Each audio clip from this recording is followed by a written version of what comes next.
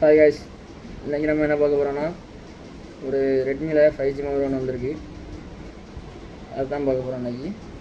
அதுக்கு முன்னாடி ஒரு சின்ன ஸ்டோரி. இல்லைன்னா நமக்கு ரொம்ப எல்லோரும் மாதிரி ரொம்ப சீன் போட்டு ரொம்ப வீடியோ கூட தெரியாது. எல்லாம் நம்மளால் முடிஞ்சது.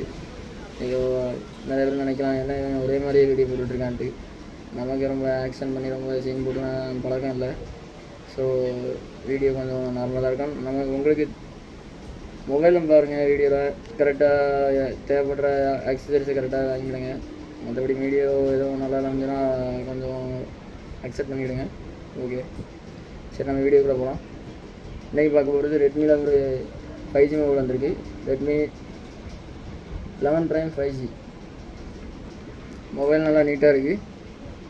மொபைல் வந்து ஒரு லேடிஸ் யூஸ் பண்ணது. அவங்களுக்கு வந்து ஒரு ஐக்யூ லெவல் கம்மியான ஒரு லேடிஸு. அவங்க அதனால் ரொம்ப யூஸ் பண்ணல, நெட்டெல்லாம் அதிகமாக ரொம்ப யூஸ் பண்ணலை. ஃபோனுமே நிறையா ஸ்டோரேஜுமே எதுவுமே நிறையா ஆகலை.